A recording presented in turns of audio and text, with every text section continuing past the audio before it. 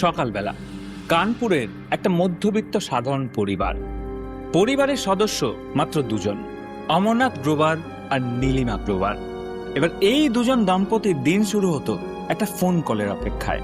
তাদের ছেলে নীরাজ গ্রোভার মুম্বাইতে থাকে এবং বড় শহরে কাজের চাপে ছেলেটা যতই ব্যস্ত থাকুক না কেন, প্রত্যেক দিন নিয়ম করে সকালে আর রাতে বাবা মায়ের সাথে কথা বলা ছিল তার অভ্যেস এবং এটাই ছিল এই তিনজনের ডেইলি রুটিন। কিন্তু সেই দিন মানে 2008 সালের 7ই মে, ওই দিন সকালে নীরাজের কোনো ফোন আসেনি। এবার নীলাম গ্রোভার ভাবলেন ছেলে হয়তো কোনো কাজে আটকে গেছে বা কোনো মিটিংয়ে ফেসে গেছে, একটু পরে ঠিকই ফোন করবে। কিন্তু সময় গড়িয়ে যায়, দুপুর পেরিয়ে বিকেল হয়, বিকেল পেরিয়ে সন্ধ্যা, কিন্তু নীরাজের কোনো ফোন আসে না। এবার নীলাম দেবী আর থাকতে না পেরে নিজেই ফোন করলেন ছেলেকে। রিং হয়ে যাচ্ছে কিন্তু কেউ ফোন ধরছে না, একবার, দুবার, 10 বার, কিন্তু ওপাশ থেকে কোনো সাড়া নেই। এবার বাবা মায়ের মন একটু কু ডাকতে শুরু করেছে। একটা অদ্ভুত রকম ভয় তাদেরকে ঝাপটে ধরেছে। তারা বুঝতে পারছিল মুম্বাইয়ের ওই ভিড়ে তাদের ছেলে নিশ্চয়ই কোনো বিপদে পড়েছে। অগত্যা তারা আর কোনো উপায় না পেয়ে পরের দিন সকালবেলা তারা ফোন করলেন মুম্বাইতে থাকা তাদের এক ভাইপো নিশান্ত গ্রোভারকে। নিশান্ত আর নীরাজ একসময় একসাথেই থাকতো, তাই নিশান্তের উপর দায়িত্ব পড়ল নীরাজকে খুঁজে বার করার। নিশান্ত তখন সাথে সাথে নীরাজের অফিসে যোগাযোগ করে, কিন্তু সেখান থেকে যে খবরটা আসে সেটা ছিল আরো ভয়ঙ্কর। অফিস জানায় নীরাজ আগের দিন অফিসেই আসেনি, এমনকি সে যে আসবে না সেই ব্যাপারে কাউকে জানায়ও নি। একটা জলজ্যান্ত হাসি খুশি ছেলে একদম হঠাৎ করেই একটা শহর থেকে ভোজবাজির মতো গায়েব হয়ে গেল। এটা কি করে সম্ভব? নমস্কার, আমি অপূর্ব, আর আমাদের আজকের এই কেসটা এই ছেলেটাকে নিয়েই, যার নাম নীরাজ গ্রোভার। নীরাজ গ্রোভার ছিল কানপুরের একজন ভীষণ অ্যাম্বিশিয়াস আর ট্যালেন্টেড যুবক। মুম্বাইয়ের গ্ল্যামার ওয়ার্ল্ডে নিজের জায়গা করে নেওয়ার জন্য সে দিনরাত এক করে পরিশ্রম করত। পেশায় নীরাজ ছিল একজন প্রোডাকশন এক্সিকিউটিভ। আপনাদের মনে আছে শাহরুখ খানের সেই ফেমাস শো কিয়া আপ পাঁচভি পাস সে তেজ হ্যায়? এই শো এর পেছনে নীরাজের অনেক বড় অবদান ছিল। এদিকে ব্যক্তিগত জীবনে নীরাজ ছিল তার বাবা মায়ের একমাত্র আশার আলো, একদম ফ্যামিলি ম্যান আর অত্যন্ত দায়িত্বশীল একটা ছেলে। তার জীবনে স্বপ্ন ছিল একটাই, কঠোর পরিশ্রম করে অনেক বড় হওয়া আর নিজের মা বাবাকে পুরো পৃথিবী ঘুরিয়ে দেখানো। অথচ এই ছেলেটাই একদিন হঠাৎ করে নিখোঁজ হয়ে গেল। ঠিক কি ঘটেছিল ওর সাথে? এই কেসটা যখন আপনারা ডিটেলসে জানবেন তখন বুঝতে পারবেন একটা লাভ ট্রায়াঙ্গেল আর মানুষের বিকৃত মানসিকতা ঠিক কতটা ভয়ঙ্কর হতে পারে। তাহলে চলুন আর দেরি না করে শুরু করা যাক আমাদের আজকের case, the Neeraj Grover murder case. কিন্তু ভিডিওটা শুরু করার আগে আপনাদের সবার কাছে আমার একটা ছোট্ট অনুরোধ, আমি যেটা সবসময় করে থাকি, সেটা হচ্ছে আমাদের চ্যানেলে 2 লাখ সাবস্ক্রাইবার কমপ্লিট হতে আর কিন্তু বেশি দেরি নেই, অলমোস্ট 60,000 পেরিয়েই গেছে। তো আপনারা যারা যারা এখনো চ্যানেলটাকে সাবস্ক্রাইব করেননি কিন্তু আমাদের ভিডিও নিয়মিত দেখছেন, আমাদের ভিডিও আপনাদের ভালো লাগছে, তারা প্লিজ চ্যানেলটাকে সাবস্ক্রাইব করে দেবেন। বিশ্বাস করুন আপনাদের এই একটা ক্লিক আমার কাছে বা আমার টিমের কাছে কিন্তু বিরাট বড় মোটিভেশন। তাই প্লিজ সাবস্ক্রাইব করে না থাকলে সাবস্ক্রাইব করে দিন। যাই হোক, চলুন ভিডিও শুরু করা যাক। নীরাজ গ্রোভারের অফিস থেকে যখন কনফার্ম করা হলো যে ছেলেটা কাজে আসেনি, তখন নিশান্ত গ্রোভারের বুকে যেন হাতুড়ি পিটতে শুরু করলো। মুম্বাইয়ের মতো এত বড় শহরে যেখানে মানুষ সেকেন্ডের হিসাবে দৌড়ায়, সেখানে নীরাজের মতো একজন দায়িত্বশীল ওয়ার্কহলিক ছেলে বিনা নোটিসে অফিস কামাই করবে, এই হিসেবটা কোনো মতেই মেলাতে পারছিল না। নিশান্ত তখন পাগলের মতো নিজের ফ্রেন্ড সার্কেলে ফোন করতে শুরু করে, আর ঠিক এই সময় তার কথা হয় নিশান্ত লালের সাথে। নিশান্ত লাল নীরাজের একদম ইনার সার্কেলের বন্ধু। এই নিশান্ত আর ওই নিশান্ত দুজন কিন্তু আলাদা। এই নিশান্ত হচ্ছে নিশান্ত লাল আর আগের নিশান্ত হচ্ছে নিশান্ত গ্রোভার। তো এই নিশান্তকে আমরা লাল বলেই সম্বোধন করব বোঝার সুবিধার্থে। তো এই লালকে যখন নিশান্ত ফোন করে তখন সে একটা অদ্ভুত কথা জানায়। লাল বলে নীরাজ 6 মে রাতে তার এক অ্যাক্ট্রেস বান্ধবীর বাড়িতে ছিল, আর সেই অ্যাক্ট্রেস বান্ধবীটির নাম হলো মারিয়া সুসাইরাজ। নিশান্ত গ্রোভার আর এক ফোঁটাও দেরি না করে সোজা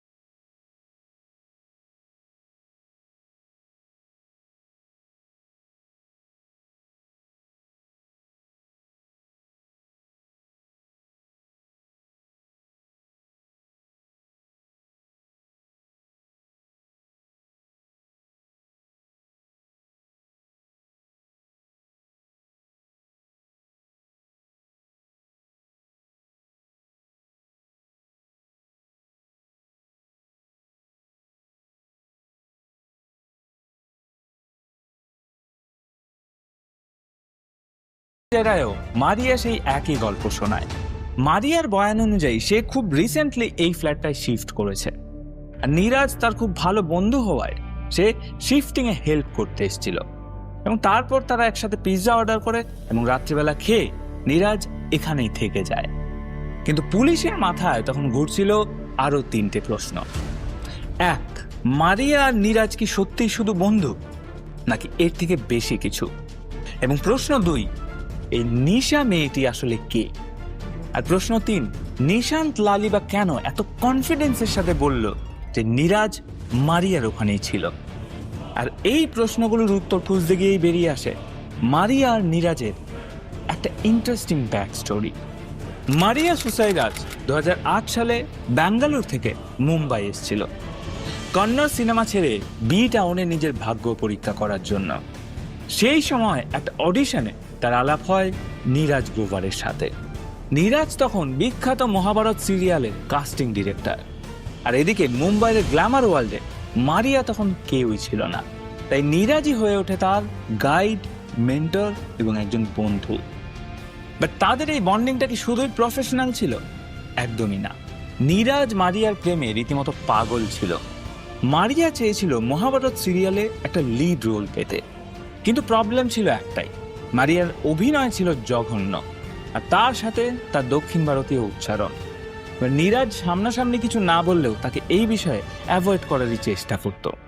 কিন্তু মারিয়া যখন জেদ ধরে বসে, তখন আর কোনো উপায় না পেয়ে নীরাজ তাকে প্রমিস করে যে সে এই রোলটা তাকে পাইয়ে দেবে।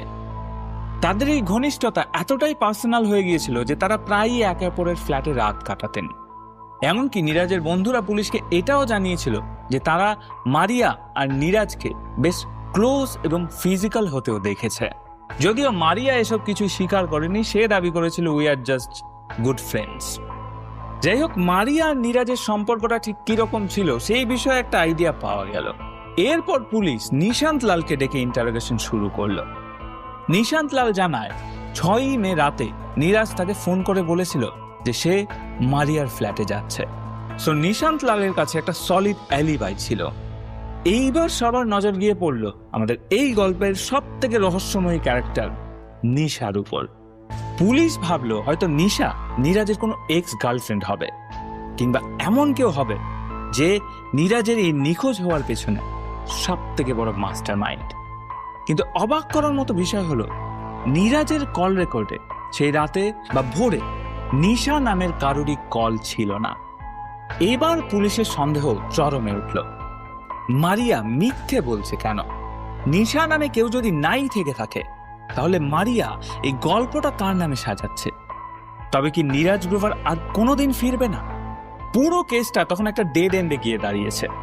মুম্বাই পুলিশের একটা বড় অংশ তখন ভাবছিল এটা হয়তো জাস্ট একটা সাধারণ নিখোঁজ হওয়ার ঘটনা, কিন্তু সিনিয়র অফিসারদের মন বলছিল এই স্টোরিটার আড়ালে এর থেকে আরো কোনো ভয়ঙ্কর সত্যি লুকিয়ে আছে, এবং ওই সত্যিটা লুকিয়ে আছে মারিয়ার ওই পরিপাটি করে সাজানো ফ্ল্যাটের ভেতর। এবার পুলিশ সোজা পৌঁছে গেল মারিয়ার ফ্ল্যাটে, এবং মালাড ওয়েস্টের সেই পশ আবাসনে যখন পুলিশ গিয়ে পৌঁছায়, তারা তো রীতিমতো অবাক। ঘরটা একদম ঝকঝকে তকতকে। মারিয়া যদিও বলেন যে সে নতুন শিফট করেছে বলে ঘরটা এরকম টিপটাপ, but this was looking bit to perfect. Police এবার মারিয়াকে নিয়ে গ্রিলিং শুরু করে। জিজ্ঞাসা করা হয় যে 7th মে সারাদিন মারিয়া ঠিক কি কি করেছে। আর ঠিক এখানেই বেরিয়ে আসে এই কেসের সব থেকে বড় টুইস্ট। মারিয়া জানায় যে সে সেদিন তার ফিয়ন্সের সাথে শপিং এ গিয়েছিল। হ্যাঁ, একদম ঠিক শুনেছেন, ফিয়ান্সে। এবং এই কথাটা শুনে পুলিশ রীতিমতো আকাশ থেকে পড়ল, কারণ আমার আপনার মতো তারাও এতক্ষণ এটাই ভাবছিল যে নীরাজ আর মারিয়া একটা রিলেশনশিপে ছিল। কিন্তু এইবার জানা গেল মারিয়া আগে থেকেই নৌবাহিনীর একজন লেফটেন্যান্ট ML জোরেম ম্যাথিউ নামে একজনের সাথে অলরেডি এঙ্গেজড। তবে এইখানে আরেকটা জরুরি ইনফরমেশন দিয়ে রাখি, এই যে জোরেম কোচিতে নেভাল বেজে পোস্টেড থাকলেও তার মন পড়ে থাকতো মুম্বাইতে। কেন জানেন? Because of jealousy. জোরেম যখনই মারিয়াকে কল করত, ব্যাকগ্রাউন্ডে নীরাজ গ্রোভারের আওয়াজ পেত, মারিয়া যদিও নীরাজকে জাস্ট ফ্রেন্ড বা কেরিয়ার গাইড হিসেবে পরিচয় দিত, কিন্তু একজন পজিটিভ প্রেমিকের কাছে এটা ছিল একটা টোটাল রেড ফ্ল্যাগ। যাই হোক, এরপর পুলিশ অ্যাপার্টমেন্টের সিসিটিভি ফুটেজ চেক করা শুরু করে।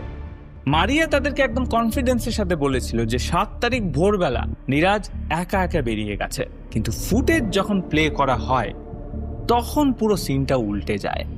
সিসিটিভি ফুটেজে দেখা যায় ওই দিন ভোরবেলা কেন, সারা দিনেও নীরাজকে ফ্ল্যাট থেকে বের হতেই দেখা যায়নি।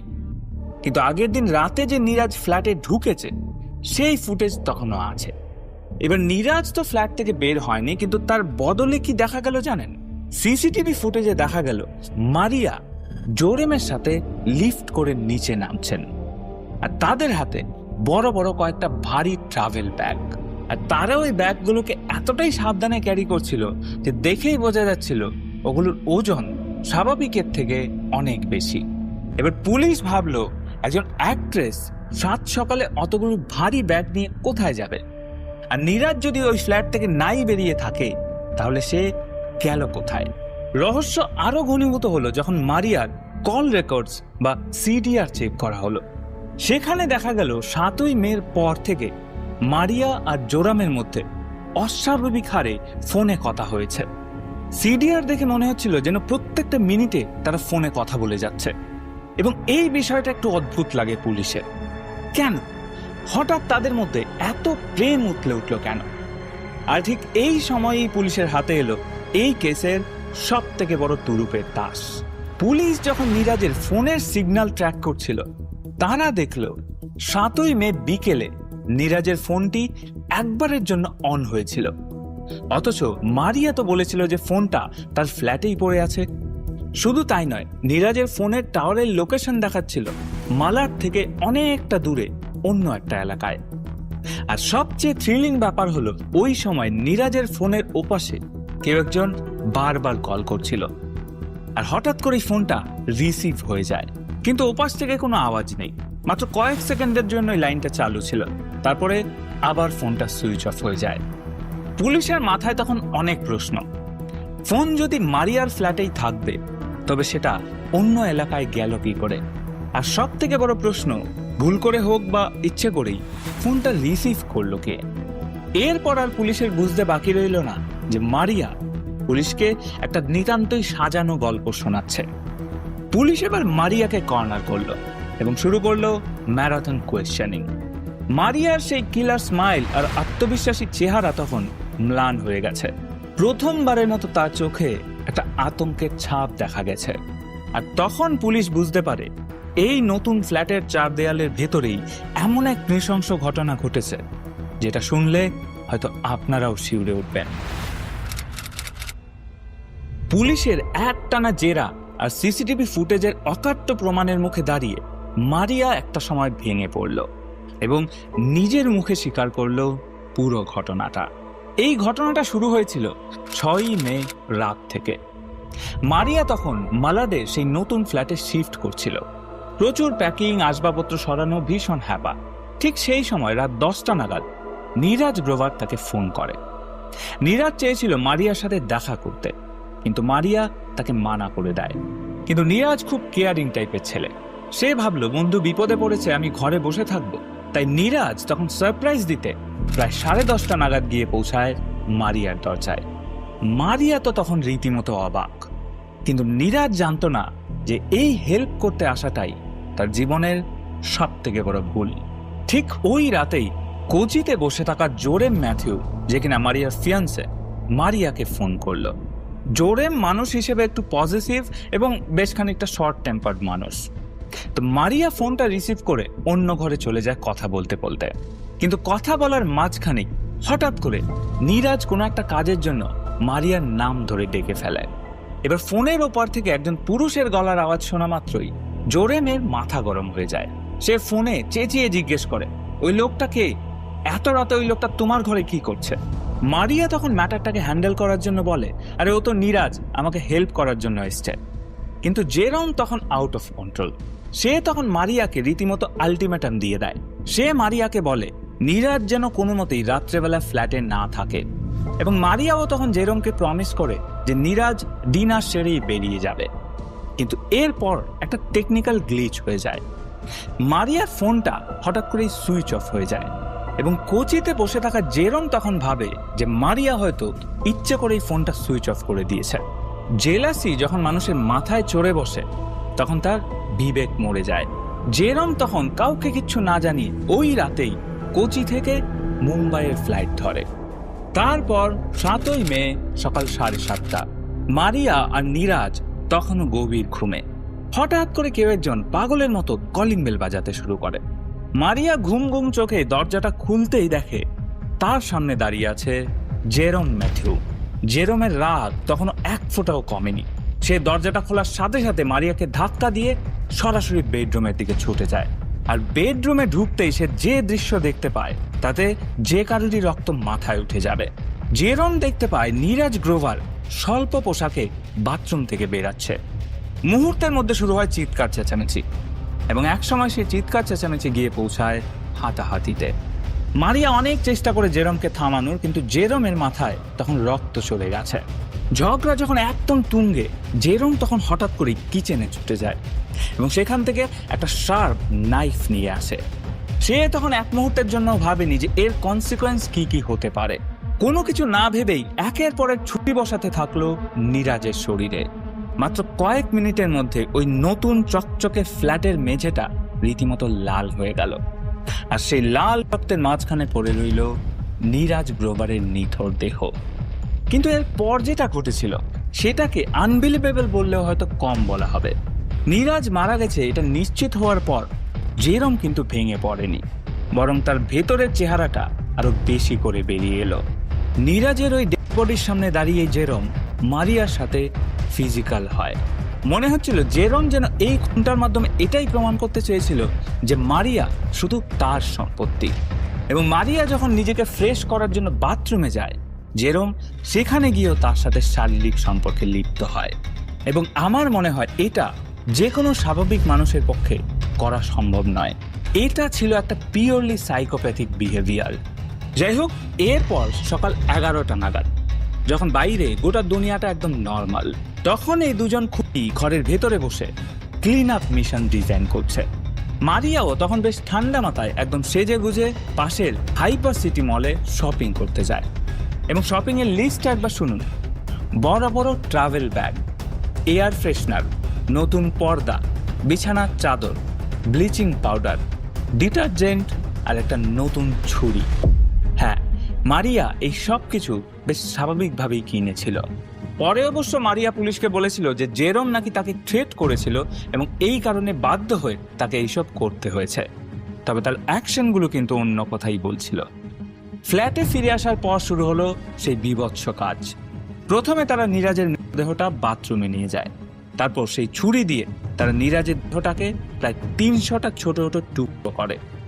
এরপর মারিয়ার কিনে আনা সেই প্লাস্টিক ব্যাগে সেই হাড় আর মাংসের টুকরোগুলো ভরা হয় এবং সব শেষে বাথরুমের শাওয়ার চালিয়ে দুজনে ঘন্টার পর ঘন্টা মেঝের রক্ত পরিষ্কার করে।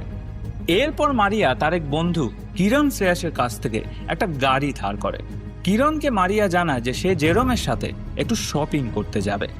একবার জাস্ট ভাবুন, ওই বিল্ডিং এর সিকিউরিটি গার্ড পর্যন্ত তাদেরকে হেল্প করেছিল ওই ব্যাগগুলোকে ডিকিতে তুলতে।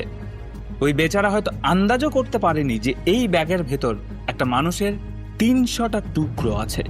তারপর বিকেল ঠিক 4:30 নাগাদ তারা ভাইন্দার থেকে 2 বোতল পেট্রোল কেনে এবং অন্য একটা দোকান থেকে লাইটার কিনে তারা সোজা ড্রাইভ করে রওনা দেয় মানোয়ারের উদ্দেশ্যে। মুম্বাই থেকে বেশ খানিকটা দূরে আমগাঁও গ্রামের পাশের একটা গভীর জঙ্গলে তারা গাড়ি থামায় এবং ওই জঙ্গলেই এক এক করে ব্যাগগুলোকে বের করে তাতে পেট্রোল ঢেলে আগুন জ্বালিয়ে দেয়। নীরাজ গ্রোভারের অস্তিত্ব একদম চিরতরে মুছে ফেলার চেষ্টায় তারা ততক্ষণ অবধি সেখানে দাঁড়িয়েছিল যতক্ষণ না আগুনের দাউ দাউ শিখা নীরাজের শেষ টুকরোটা পর্যন্ত পুড়িয়ে ছাই না করে দেয়। এই কাজ শেষ করে প্রায় 9:30 নাগাদ তারা আবার মুম্বাইয়ে ফিরে আসে। মুম্বাইয়ে ফিরে এসেও তাদের এই ডার্ক সার্কাস শেষ হয়নি। ফ্ল্যাটে ঢুকেই তারা আরো একবার ফ্লোরটাকে ক্লিন করতে শুরু করে দেয়। ব্লিচিং পাউডার আর এয়ার ফ্রেশনার ইউজ করে গন্ধটাকে মারার চেষ্টা করে। এমনকি দেওয়ালেরও কিছু জায়গায় রঙের টাচ আপ করে দেয় যাতে রঙের কোনো ছিটেফোঁটা না থাকে।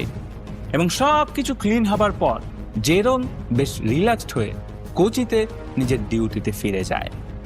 আর এই ঘটনার ঠিক পরের দিনই মানে 8 তারিখ মারিয়া খুব ইনোসেন্ট মুখ করে নিশান্তের সাথে গিয়ে পুলিশ স্টেশনে নীরাজের নামে মিসিং কমপ্লেন লেখায়।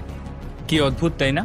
যে মানুষটা কাল সকালে একজনকে 300টা টুকরো করতে হেল্প করেছে সেই মানুষটা নাকি আজকে পুলিশের সামনে গিয়ে চোখের জল ফেলছে।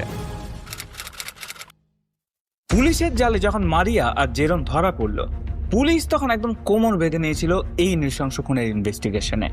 তারা খুব ভালো করেই জানতো যে এই কেসটা এতটাই হাই প্রোফাইল যে সামান্যতম ভুল করলেও অনেক বড় ক্ষতি হয়ে যাবে।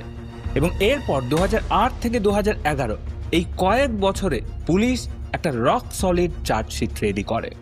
আদালতে যে প্রমাণগুলো পেশ করা হয়েছিল সেগুলো শুনলে যে কেউ বুঝে যাবে যে অপরাধটা কত বড়। এই কেসের সব থেকে বড় প্রমাণ ছিল ফরেনসিক রিপোর্ট। মারিয়ার বাথরুমের ড্রেন থেকে উদ্ধার হওয়া রক্তের ডিএনএ হুবহু মিলে গেল নীরাজ গ্রোভারের সাথে। তার উপর ছিল সেই টাইটানিয়াম রড। নীরাজের আগে একবার সার্জারি হয়েছিল, তাই তার হাড়ের ভেতর একটা রড লাগানো ছিল। জঙ্গলে পাওয়া পোড়া হাড়ের ভেতর সেই রডটাই হয়ে উঠল নীরাজের সাইলেন্ট আইডেন্টিটি। এছাড়াও হাইপার সিটি মলের সিসিটিভি ফুটেজ, যেখানে মারিয়াকে ব্যাগ আর ছুরি কিনতে দেখা গেছে, আর জেরোমের ফোনের লোকেশন, এসব কিছু মিলে এটাই প্রমাণ করছিল যে তারা দুজনেই সেদিন ওই ফ্ল্যাটের মধ্যে ছিল। কিন্তু 1 জুলাই 2011 এই দিনটা ছিল গোটা ভারতের জন্য একটা বড়সড় শক। আদালতের যখন রায় এলো সবাই স্তম্ভিত হয়ে গেল। জাজ সাহেব রায় দিলেন যে প্রসিকিউশন এটা প্রমাণ করতে পারেনি যে এই খুনটা আগে থেকে প্ল্যান করা ছিল। আদালত বিষয়টাকে সাডেন অ্যান্ড গ্রেভ প্রভোকেশন বা আকস্মিক উত্তেজনার ফল হিসেবে দেখছে। ফলাফল, জেরোমকে খুনের বদলে অনিচ্ছাকৃত নরহত্যার দায়ে 10 বছরের জেল দেওয়া হয়, আর মারিয়াকে দেওয়া হয় কেবল 3 বছরের সশ্রম কারাদণ্ড, তাও আবার খুনের জন্য নয়, প্রমাণ লোপাটের জন্য। এবার এই কেসে সব থেকে বিতর্কের বিষয় হচ্ছে মারিয়ার মুক্তি। 2008 থেকে 2011 পর্যন্ত ট্রায়াল চলাকালীন মারিয়া অলরেডি 3 বছর জেলেই কাটিয়ে দিয়েছিল, তাই রায়ের পরপরই মারিয়া জেলের বাইরে বেরিয়ে আসে। জেলের গেট থেকে বেরোনোর সময় তার সেই হাসি মুখ আর 2 আঙুল উঁচিয়ে এরকম ভি সাইন দেখানো দেখে পুরো দেশ ক্ষোভে ফেটে পড়েছিল। বিশেষ করে নীরাজের মা বাবার জন্য এটা ছিল একটা অত্যন্ত যন্ত্রণার মুহূর্ত। যাই হোক, জেল থেকে বেরানোর পর মারিয়া হয়তো ভেবেছিল সে নতুন করে সবকিছু শুরু করবে, কিন্তু তার ভাগ্যে হয়তো লেখা ছিল অন্য কিছুই। 2015 সালে তার নাম আবার হেডলাইনে চলে আসে। এবার আহমেদাবাদে হাজিদেরকে বিমান টিকিট দেওয়ার নাম করে প্রায় 5 কোটি টাকা জালিয়াতির অভিযোগে তাকে গ্রেফতার করা হয়। আসলে জেলের ভেতরে তার সাথে পরিচয় হয়েছিল পারমিতা চক্রবর্তী নামে এক মহিলার। অনেকেই বলে তাদের মধ্যে নাকি এক ধরনের লিভ ইন রিলেশনশিপও ছিল এবং তারা দুজন মিলেই এই স্ক্যামটা করেছিল। তারপর 2018 সালেও তার বিরুদ্ধে আবারও আর্থিক জালিয়াতির মামলা হয়। বর্তমানে মারিয়া কোথায় আছে বা কি করছে তা নিয়ে কারোর কাছে কোনো ইনফরমেশন নেই। তো এটা আশা করি খুব ভালো মতোই বুঝতে পারছেন যে শুধুমাত্র নীরাজকে খুন করাই মারিয়ার একমাত্র অপরাধ নয়, কিন্তু মারিয়া এখন কোথায় আছে বা কি করছে সেই ব্যাপারে কারোর কাছে কোনো ক্লিয়ার ইনফরমেশন নেই।